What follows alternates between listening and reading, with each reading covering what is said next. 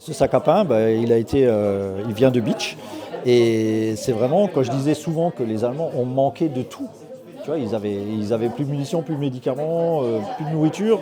Et ben en fin de compte, ce sac à pain, c'était hyper précieux parce que c'est là-dedans qu'ils avaient toujours de quoi s'alimenter. Michel Klein est aux Anges. Le collège Jean-Jacques Kieffer a fait appel à lui pour sa participation au prix du gouverneur militaire de Metz.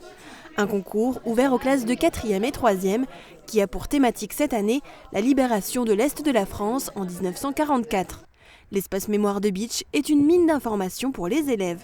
On participe au concours, donc au prix du gouverneur, parce qu'on veut faire découvrir l'histoire locale sous une autre forme. Donc en fait, c'est moins ennuyeux souvent pour les élèves que d'être assis en classe et d'écouter le professeur ou de travailler sur des documents. Là, ça devient concret. Ils voient les objets en vrai, ils rencontrent M. Klein qui est passionné par ce qu'il raconte. En binôme, 26 élèves de 4e ont choisi un objet pour en créer une fiche d'identité.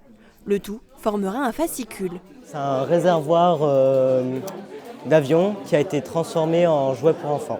À l'époque, ils n'avaient vraiment pas de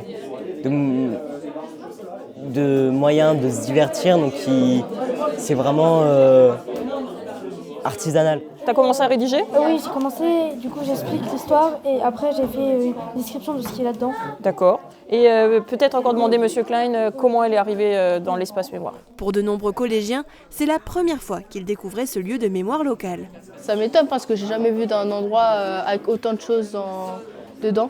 Je sais qu'à une période j'aimais beaucoup l'histoire, mais après, en vrai, ça pourrait peut-être me permettre d'apprendre autre chose au niveau de la guerre et tout ça. Et c'est la première fois que l'espace mémoire accueillait un groupe de scolaires. Pour Michel Klein, c'était un rendez-vous à ne pas manquer. C'est vraiment génial d'avoir ces élèves qui viennent. Et puis il y en a plein qui me harcèlent de questions. Donc non seulement ils sont là, mais en plus ils ont envie d'être là. Et ils sont intéressés par le sujet, puisque du coup, ils cherchent à comprendre, ils veulent des infos, donc c'est super, quoi. La classe devra rendre son projet le 29 mars. L'an dernier, des élèves de Florian Moritz avaient déjà participé à ce concours et l'avaient remporté.